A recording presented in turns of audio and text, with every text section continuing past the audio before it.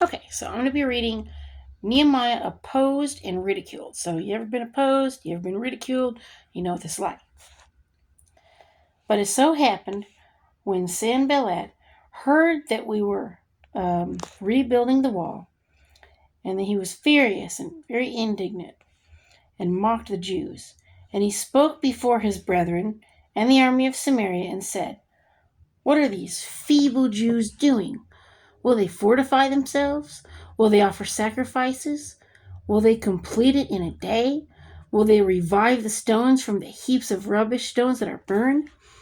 Now Tobiah the Ammonite was beside him, and he said, "Whatever they build, even if a fox goes up on it," whoops, there we go, he will break down their stone wall. Hear, O our God, for we are despised. Turn their reproach on their own heads, and give them as plunder to a land of captivity.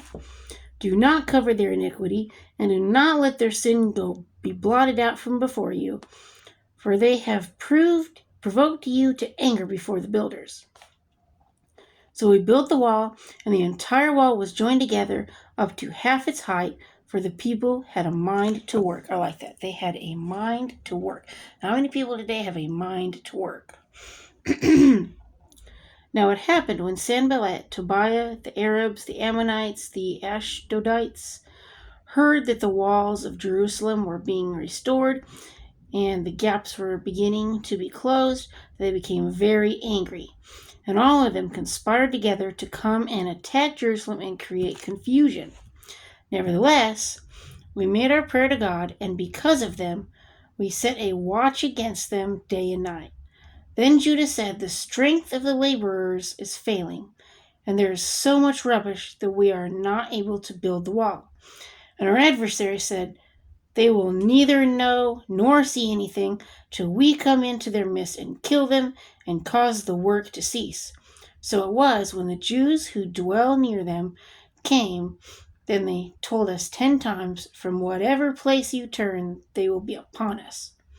Therefore I positioned men behind the lower parts of the wall at the openings, and I set the people according to their families with their swords, their spears, and their bows. And I looked and arose and said to the nobles and to the leaders and to the rest of the people, "Do not be afraid of them.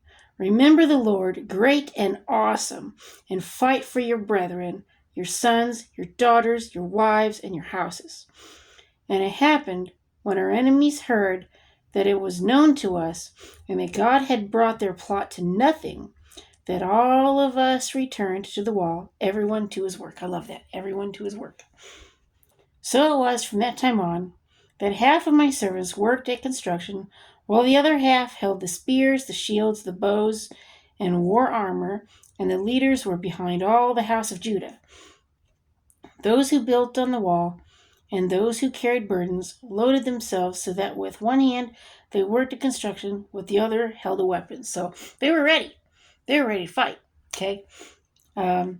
Every one of the builders had his sword girded at his side as he built, and the one who sounded the trumpet was beside me. Then I said to the nobles, the rulers, and the rest of the people, "The work is great and extensive, and we are separated far from one another on the wall. Wherever you hear the sound of the trumpet, rally to us there. Our God will fight for us." So we labored in the work, and half of the men held the spears from daybreak until the stars appeared. Okay, nowadays you don't see very many stars, as said. Don't mean they're not there. There's too much pollution. At the same time, I also said to the people, "Let each man to his servant stay at night in Jerusalem, that they may be our guard by night and a working party by day." So neither I, my brethren, my servants, nor the men of the guard who followed me took off our clothes, except that everyone took them off for washing. So when they're washing, they're washing. Other than that, they're working. Okay?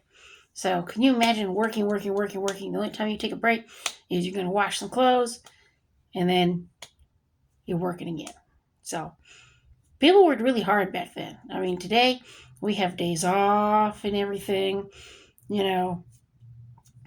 They probably wish they could have a weekend off. They'd probably be like, woohoo, a weekend, to do nothing. But they never had a weekend to do nothing. They had one day off. That was the Sabbath. That was it. And then back to work. So, God made us to work. So, now there was retirement. People say there wasn't, but if you worked at the temple, you retired at the age of, I think it was 55, and you were not allowed to work. You could volunteer if you wanted to, but they were like, nope, you served your time to let somebody else. You're retired now. So,